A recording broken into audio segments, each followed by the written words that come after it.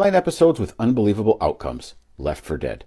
In August of 2013, around 4 a.m., police in Fort Collins, Colorado responded to reports of a woman screaming in a local park. There, first responders found 20-year-old Amber Smith badly beaten and bound with red duct tape.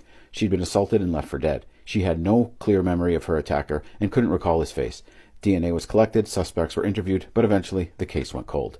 Amber moved on with her life. She moved into an off-campus apartment. She made what she called fast friends, who made her feel safe, like Bryce Bailey and Stephen Moon, who provided a shoulder for Amber to cry on. It'd been nearly 5 years, and suddenly there was a breakthrough. A stolen bike sold to a pawn shop led to an arrest in Fort Collins, in which the suspect provided a DNA sample due to the felony nature of the crime. And the DNA sample matched the DNA in the Amber Smith assault. When the detective showed Amber the suspect, she couldn't believe her eyes. Stephen Moon, her old roommate and friend, the shoulder she used to cry on. She'd lived with her vicious attacker and didn't even know it. He's currently serving a 128-year jail sentence. The match. In 2008, an intruder attacked 17-year-old Brittany Marcel in her home with a shovel and left the high school senior for dead. When she was brought to the hospital, doctors gave her hours to live due to the extent of her injuries. But, miraculously, Brittany pulled through. The attack left the teen with a traumatic brain injury, blind in one eye and partially deaf.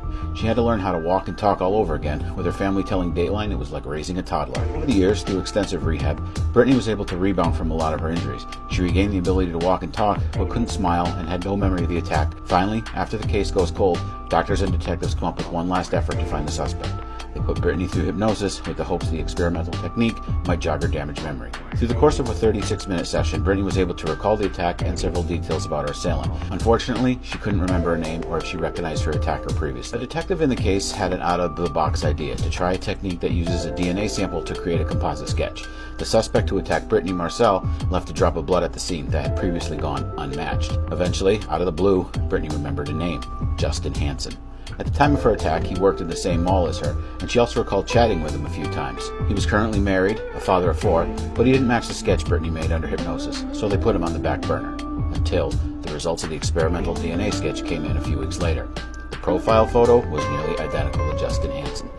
Police tested his DNA after obtaining a sample from a discarded McDonald's cup, and it was a perfect match to the blood found at the crime scene.